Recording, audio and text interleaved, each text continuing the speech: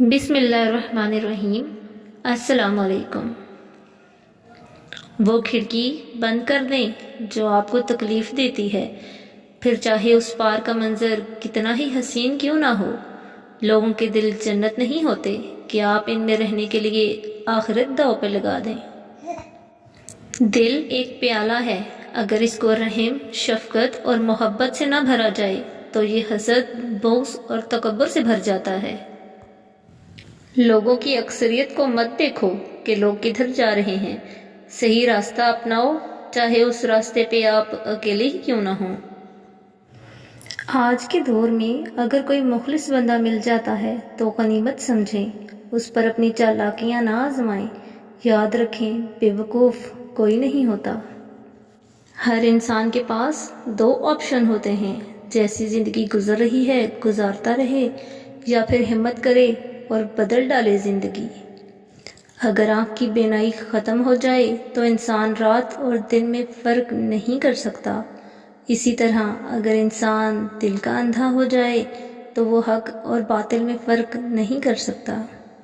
जब कोई गुब्बारा आपके मुंह पर फट जाए तो गुस्सा किस बात का, आपने ही उसमें इतनी हवा भरी और उसे उसके हुजूम से ज़्यादा कर दिया। बिल्कुल यही मामला कुछ लोगों का है। जब आप उनके हुजूम से बढ़ के उनसे सलूक करें, उनके कद से बढ़ के अता करें और जिस चीज़ के वो अहल नहीं वो एहसान उन पे करें, तो वो एक दिन आपके मुंह पे ही फट पड़ेंगे। कुछ इंसान बिच्छू तबीयत के मालिक होते हैं, आप उनसे चाहे जितनी मर्जी नेकी कर लें, आखिरकार वो डंक ही मारेंगे और यही उनकी फितरत होती है। हमें एक लंबे अरसे तक किताबें पढ़ाई और रटाई जाती हैं, लेकिन हकीकी ज़िंदगी का एक वर्ग भी उन किताबों में दर्ज नहीं। इख्तिलाफ का हल ढूंढा जा सकता है, लेकिन हसद और बुग़्ज़ का नहीं। अगर आप किसी से ये तवक्को रखते हैं कि वो आपके साथ अच्छा रहेगा क्योंकि आप उसके साथ अच्छे हैं, तो ये बिल्कुल इसी तरह की तवक्को है कि शेर आपको नहीं खाएगा क्योंकि आप भी शेर को नहीं खाते। कोशिश करें आपके कानों तक वो बातें ना पहुँचें जो लोग आपकी पीठ पीछे करते हैं, वरना दुनिया में मुखलिस नज़र आने वाले मुनाफिक चेहरों से आपको शदीद नफ़रत हो जाएगी। खुद में झांकने के लिए बड़ा जिगरा चाहिए, दूसरों की बुराई करने में हर कोई माहिर है। कोशिश करो कि कुछ अरसा तन्हा रहो, तुम पाओगे कि इंसानों का कोई हकीकी फ़ायदा नहीं है सिवाय इसके कि वो तुम्हें अपनी नफ्सियाती मसाइल की सतही बातों में थका देते हैं।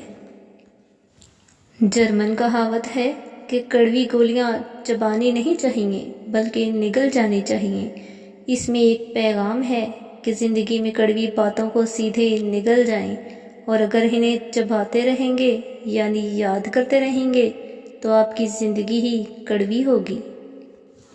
जिन घरों में सुकून नहीं, वहाँ कोई ना कोई अल्लाह की नाफरमानी का काम हो रहा है। अल्लाह की नाफरमानी ये भी है कि इंसान घर के दूसरे लोगों को उनका हक ना दे। जब रिश्तों को ठंड लगने का ख़तरा हो तो गर्माहट के लिए कुछ देर खामोशी की चादर ओढ़ लेने में कोई हर्ज नहीं।